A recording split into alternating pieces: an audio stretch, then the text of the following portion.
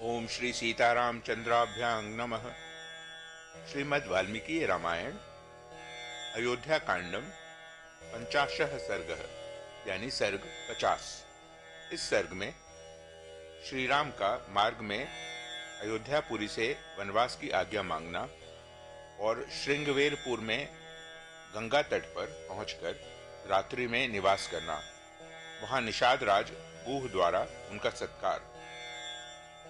विशालान कोसलान रम्यान यात्वा लक्ष्मण पूर्वजः अयोध्या मुन्मुखो श्रीमान प्रांजलिर्वाक्यम ब्रवीत। इस प्रकार विशाल और रमणीय कोसल देश की सीमा को पार करके लक्ष्मण के बड़े भाई बुद्धिमान श्री रामचंद्र जी ने अयोध्या की ओर अपना मुख किया और हाथ जोड़कर कहा, आपृच्छे त्वां पुरी श्रेष्ठे काकुत्स्थ परिपालिते दैवतानि च यानि त्वां पालयन्त्या वसन्ति च। कुकुत्सवंशी राजाओं से परिपालित पुरी शिरोमणि अयोध्ये, मैं तुमसे तथा जो जो देवता तुम्हारी रक्षा करते और तुम्हारे भीतर निवास करते हैं उनसे भी वन में जाने की आज्ञा चाहता हूँ। निवृत्त वनवासस्त्वा मन्रिणो जगति पतेः पुनर्द्रक्ष्यामि मात्रा च पित्रा च सह संगतः। वनवास की अवधि पूरी करके महाराज के ऋण से उर्णिन हो मैं पुनः लौटकर तुम्हारा दर्शन करूंगा और अपने माता पिता से भी मिलूंगा। ततो रुचिर ताम्राक्षो भुजमुद्यम्य दक्षिणम अश्रुपूर्ण मुखो दीनो ब्रविज्जान पदं जनम। इसके बाद सुंदर एवं अरुण नेत्र वाले श्री राम ने दाहिनी भुजा उठाकर नेत्रों से आंसू बहाते हुए दुखी होकर जनपद के लोगों से कहा, अनुक्रोशो दया चैव यथार्हं मयि वह कृतः चिरं दुःखस्य पापीयो गम्यतामर्थ सिद्धये। आपने मुझ पर बड़ी कृपा की और यथोचित दया दिखाई। मेरे लिए आप लोगों ने बहुत देर तक कष्ट सहन किया। इस तरह आपका देर तक दुख में पड़े रहना अच्छा नहीं है, इसलिए अब आप लोग अपना अपना कार्य करने के लिए जाइए। तेभिवाद्य महात्मानं कृत्वा चापि प्रदक्षिणं विलपन्तो नरा घोरं व्यतिष्ठन्श्च क्वचित क्वचित। यह सुनकर उन मनुष्यों ने महात्मा श्री राम को प्रणाम करके उनकी परिक्रमा की और घोर विलाप करते हुए जहां तहां खड़े हो गए। तथा विलपतां तेषां तृप्तानां च राघवः अचक्षुर्विषयं प्रायाद यथार्कः क्षणदामुखे। उनकी आंखें अभी श्री राम के दर्शन से तृप्त नहीं हुई थीं और वे पूर्वोक्त रूप से विलाप कर ही रहे थे। श्री रघुनाथ जी उनकी दृष्टि से ओझल हो गए, जैसे सूर्य प्रदोष काल में छिप जाते हैं। ततो धान्य धनोपेतान दानशील जनान शिवान अकुतश्चित भयान रम्यांग शैत्ययूप समावृतान उद्यानाम्र वनोपेतान संपन्न सलिलाशयान तुष्ट पुष्ट जना किरणान गोकुलाकुल सेवितान रक्षणीयान नरेन्द्राणां ब्रह्मघोषाभिनादितान रथेन पुरुष व्याघ्रः कोसलानत्य वर्तत। इसके बाद पुरुष सिंह श्री राम रथ के द्वारा ही उस कोसल जनपद को लांग गए, जो धन धान्य से संपन्न और सुखदायक था। वहां के सब लोग दानशील थे। उस जनपद में कहीं से कोई भय नहीं था। वहां के भूभाग रमणीय एवं चैत्य वृक्षों तथा यज्ञ संबंधी यूपों से व्याप्त थे। बहुत से उद्यान और आमों के वन उस जनपद की शोभा बढ़ाते थे। वहां जल से भरे हुए बहुत से जलाशय सुशोभित थे। सारा जनपद हृष्ट पुष्ट मनुष्यों से भरा था। गौओं के समूह से व्याप्त और सेवित था। वहां के ग्रामों की बहुत से नरेश रक्षा करते थे तथा वहां वेद मंत्रों की ध्वनि गूंजती रहती थी। मध्येन मुदितं स्फीतं रम्योद्यान समाकुलं राज्यं भोज्यं नरेन्द्राणां ययो धृतिमतांगवरः।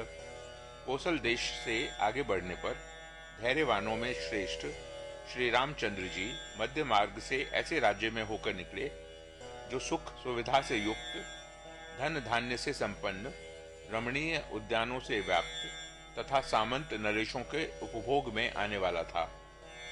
तत्र त्रिपथगां दिव्यांग शीततोयां शैवलां ददर्श राघवो गंगां रम्या मृषिनि सेविताम। उस राज्य में श्री रघुनाथ जी ने त्रिपथगामिनी दिव्य नदी गंगा का दर्शन किया, जो शीतल जल से भरी हुई, सेवारों से रहित तथा रमणीय थी। बहुत से महर्षि उनका सेवन करते थे। आश्रमैर विदूरस्यैः श्रीमद्भिः समलंकृतां कालेप्सरोभिः हृष्टाभिः सेवितांभो हृदां शिवाम। उनके तट पर थोड़ी थोड़ी दूर पर बहुत से सुंदर आश्रम बने थे, जो उन देव नदी की शोभा बढ़ाते थे। समय समय पर हर्ष भरी अप्सराएं भी उतरकर उनके जलकुंड का सेवन करती हैं। वे गंगा सबका कल्याण करने वाली हैं। देवता दानव गंधर्वैः किन्नरैरूप शोभितां नाग गंधर्व पत्नीभिः सेवितां सततं शिवाम।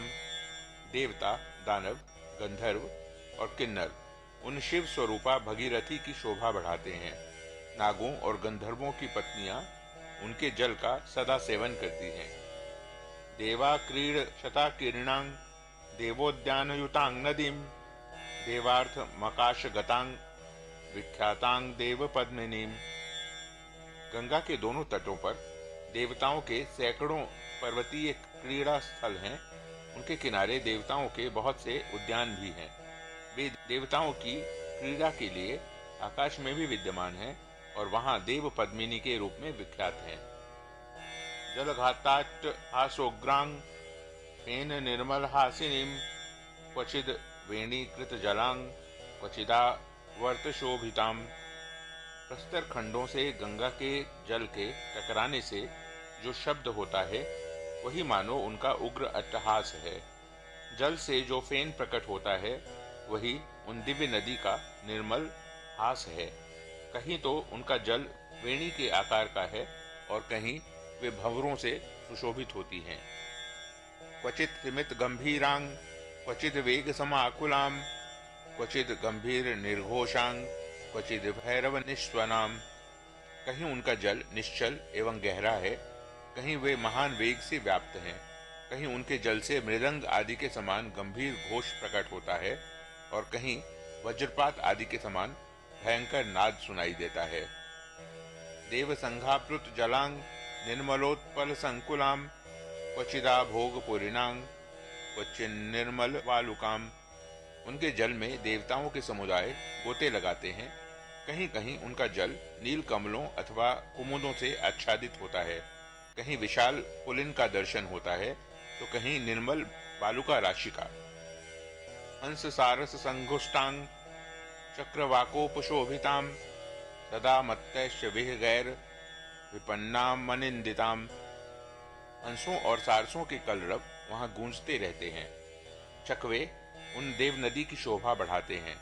सदा मदमत्त रहने वाले विहंगम उनके जल पर मंडराते रहते हैं। वे उत्तम शोभा से संपन्न हैं। क्वचित तीर रुहैर वृक्षैर मालाभिरिव शोभिताम क्वचित फुल्लोत्पलच्छनांग क्वचित पद्मवनाकुलाम। कहीं तटवर्ती वृक्ष मालाकार होकर उनकी शोभा बढ़ाते हैं, कहीं तो उनका जल खिले हुए उत्पलों से आच्छादित है और कहीं कमल वनों से व्याप्त। क्वचित कुमुद खंडैश्च कुडमलैरूप शोभिताम नाना पुष्प रजोध्वस्तांग समदामीव च क्वचित। कहीं कुमुद समूह तथा कहीं कलिकाएं उन्हें सुशोभित करती हैं, कहीं नाना प्रकार के पुष्पों के परागों से व्याप्त होकर वे मदमत्त नारी के समान प्रतीत होती हैं। व्यपेत मल संघातांग मणि निर्मल दर्शनाम दिशा गजैर वन गजैर मत्तैश्वर्वारणैः देवराजोपवाह्यश्च सन्नादित वनांतरम। वे मल समूह यानी पाप राशि दूर कर देती हैं। उनका जल इतना स्वच्छ है कि मणि के समान निर्मल दिखाई देता है। उनके तटवर्ती वन का भीतरी भाग मदमत्त दिग्गजों, जंगली हाथियों तथा देवराज की सवारी में आने वाले श्रेष्ठ गजराजों से कोलाहलपूर्ण बना रहता है। प्रमदामिव यत्नेन भूषितांग भूषणोत्तमैः फलपुष्पैः किशलयैर् वृतांगुल्मैर्द्विजैस्तथा। विष्णुपाद च्युतांग दिव्याम पापांग पापनाशिनीम। वे फलों, फूलों, पल्लवों, गुल्मों तथा पक्षियों से आवृत होकर उत्तम आभूषणों से यत्न पूर्वक विभूषित हुई युवती के समान शोभा पाती हैं। उनका प्राकट्य भगवान विष्णु के चरणों से हुआ है। उनमें पाप का लेश भी नहीं है। वे दिव्य नदी गंगा जीवों के समस्त पापों का नाश कर देने वाली हैं।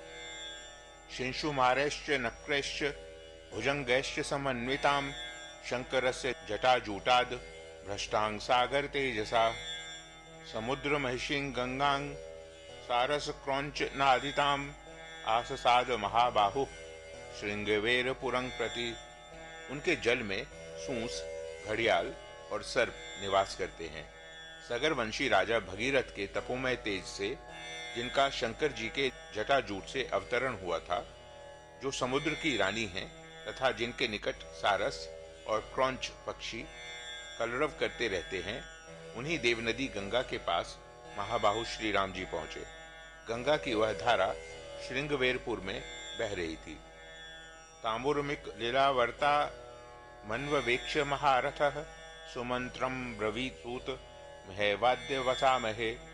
जिनके आवर्त यानी भंवरे लहरों से व्याप्त थे, उन गंगा जी का दर्शन करके महारथी श्री राम ने सारथी सुमंत्र से कहा, सूत, आज हम लोग यहीं रहेंगे। अभी दूरादयं नद्या बहुपुष्प प्रवालवान सुमहानिंग उदी वृक्षो वसामोत्रैव सारथे। सारथे, गंगा जी के समीप ही जो यह बहुत से फूलों और नए नए पल्लवों से सुशोभित महान इंगुदी का वृक्ष है, इसी के नीचे आज रात में हम निवास करेंगे। प्रेक्षामि सरितांग श्रेष्ठांग सम्मान्य सलिलांग शिवाम देव मानव गंधर्व मृगपन्नग पक्षिणाम। जिनका जल देवताओं, मनुष्यों, गंधर्वों, सर्पों, पशुओं तथा पक्षियों के लिए भी समादरणीय है, उन कल्याण स्वरूपा सरिताओं में श्रेष्ठ गंगा जी का भी मुझे यहाँ से दर्शन होता रहेगा। लक्ष्मणश्च सुमंत्रश्च बाढ़मित्येव राघवम् उक्त्वा तमिंगुदी वृक्षं तदोपयतुर्हयेः। तब लक्ष्मण और सुमंत्र भी श्री रामचंद्र जी से बहुत अच्छा कहकर अश्वों द्वारा उस इंगुदी वृक्ष के समीप गए। रामोऽभियाये तं रम्यं वृक्षमिक्ष्वाकुनन्दनः तथाद अवतरत तस्मात् सभार्यः सह लक्ष्मणः। उस रमणीय वृक्ष के पास पहुंचकर इक्ष्वाकु नंदन श्री राम अपनी पत्नी सीता और भाई लक्ष्मण के साथ रथ से उतर गए। सुमंत्रोप्यवतीर्यार्थ मोचयित्वा हे उत्तमान वृक्ष मूल गतं राम मुपतस्थे कृतांजलिः। फिर सुमंत्र ने भी उतरकर उत्तम घोड़ों को खोल दिया और वृक्ष की जड़ पर बैठे हुए श्री रामचंद्र जी के पास जाकर वे हाथ जोड़कर खड़े हो गए। तत्र राजा गुहो नाम रामस्यात्मसमः सखा निषाद जात्यो बलवान सपतिश्चेति विश्रुतः।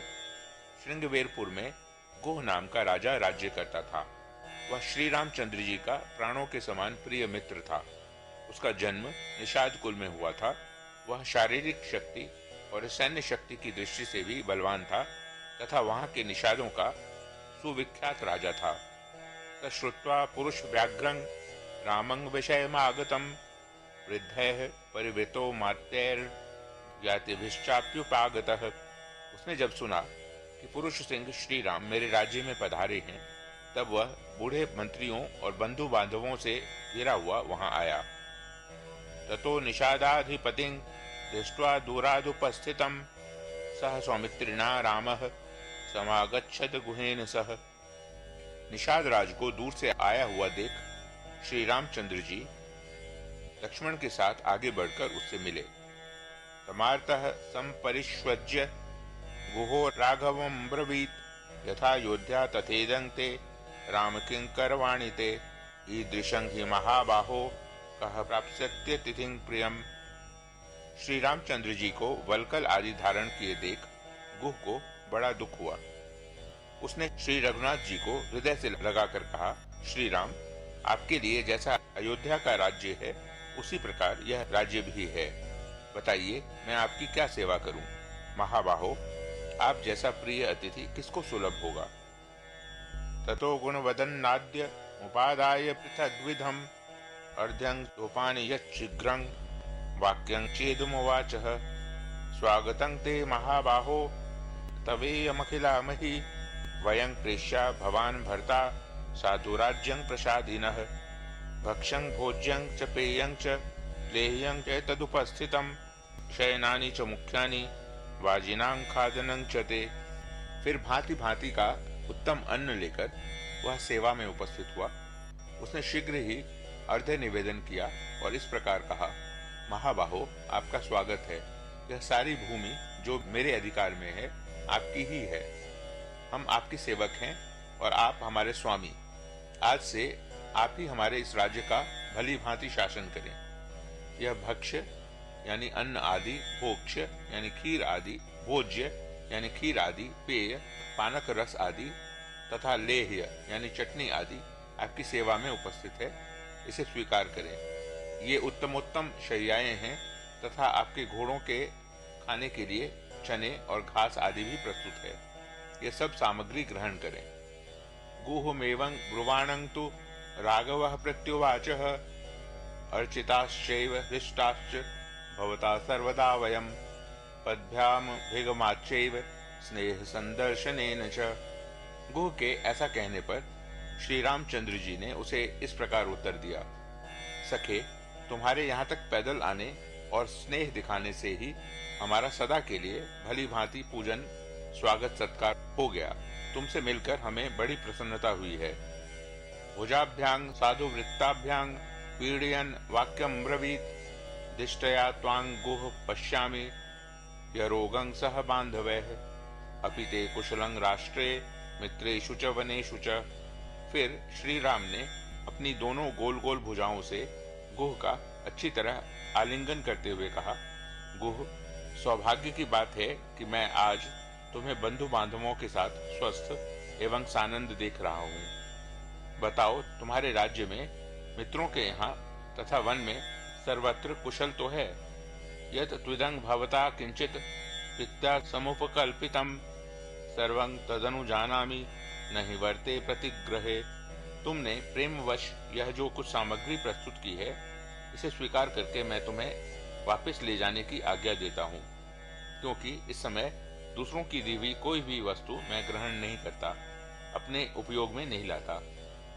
कुछ चीरा जिन धरं फल मूलाशनं च माम विद्धि प्रणिहितं धर्मे तापसं वनगोचरम। वलकल और मृगचर्म धारण करके फल मूल का आहार करता हूँ और धर्म में स्थित रहकर तापस वेश में वन के भीतर ही विचरता हूँ। इन दिनों तुम मुझे इसी नियम में स्थित जानो। अश्वानां खादिनेनाह मथिं नान्येन केनचित् एतावतात्र भवता भविष्यामि सुपूजितः। इन सामग्रियों में जो घोड़ों के खाने पीने की वस्तु है, उसी की इस समय मुझे आवश्यकता है, दूसरी किसी वस्तु की नहीं। घोड़ों को खिला पिला देने मात्र से तुम्हारे द्वारा मेरा पूर्ण सत्कार हो जाएगा। एते हि दयिता राज्ञः पितुर्दशरथस्य मे एते सुविहितैरश्चैर् भविष्याम्य अमर्चितः। ये घोड़े मेरे पिता महाराज दशरथ को बहुत प्रिय हैं। इनके खाने पीने का सुंदर प्रबंध कर देने से मेरा भली भांति पूजन हो जाएगा। अश्वानां प्रतिपानं च खादनं चैव सोन्वशात् गृहस्तत्रैव पुरुषां स्तुतरितं दीयतामिति। तब गुह ने अपने सेवकों को उसी समय यह आज्ञा दी कि तुम घोड़ों के खाने पीने के लिए आवश्यक वस्तुएं शीघ्र लाकर दो। ततश्चिरोत्तरासंगः संध्यामन्वास्य पश्चिमां जलमेवा ददे भोज्यं लक्ष्मणेनाहृतं स्वयं। तत्पश्चात वलकल का उत्तरीय वस्त्र धारण करने वाले श्री राम ने सायंकाल की संध्योपासना करके भोजन के नाम पर स्वयं लक्ष्मण का लाया हुआ केवल जल मात्र पी लिया। तस्य भूमौ शयानस्य पादौ प्रक्षाल्य लक्ष्मणः सभार्यस्य ततोभ्येत्य तस्थो वृक्षमुपाश्रितः। फिर पत्नी सहित श्री राम भूमि पर ही ऋण की शैया बिछाकर सोए। उस समय लक्ष्मण उनके दोनों चरणों को धो पोंछकर वहां से कुछ दूर हट आए और एक वृक्ष का सहारा लेकर बैठ गए। गुहोऽपि सह सूतेन सौमित्रिमनुभाषयन् अन्वजाग्रत ततो रामम प्रमत्तो धनुर्धरः। गुह भी सावधानी के साथ धनुष धारण करके सुमंत्र के साथ बैठकर सुमित्रा कुमार लक्ष्मण से बातचीत करता हुआ श्री राम की रक्षा के लिए रात भर जागता रहा। तथा शयानस्य ततो यशस्विनो मनस्विनो दाशरथेर्महात्मनः अदृष्ट दुःखस्य दुःखोचितस्य सा तदा व्यतीता सुचिरेण शर्वरी। इस प्रकार सोए हुए यशस्वी मनस्वी दशरथ नंदन महात्मा श्री राम की, जिन्होंने कभी दुख नहीं देखा था तथा जो सुख भोगने के ही योग्य थे, वह रात उस समय नींद न आने के कारण बहुत देर के बाद व्यतीत हुई। इत्याशे श्रीमद् रामायणे वाल्मीकिये आदि काव्ये अयोध्या कांडे 50 सर्गः। इस प्रकार श्री वाल्मीकि निर्मित आश रामायण आदि काव्य के अयोध्या कांड में 50वां सर्ग पूरा हुआ। ओ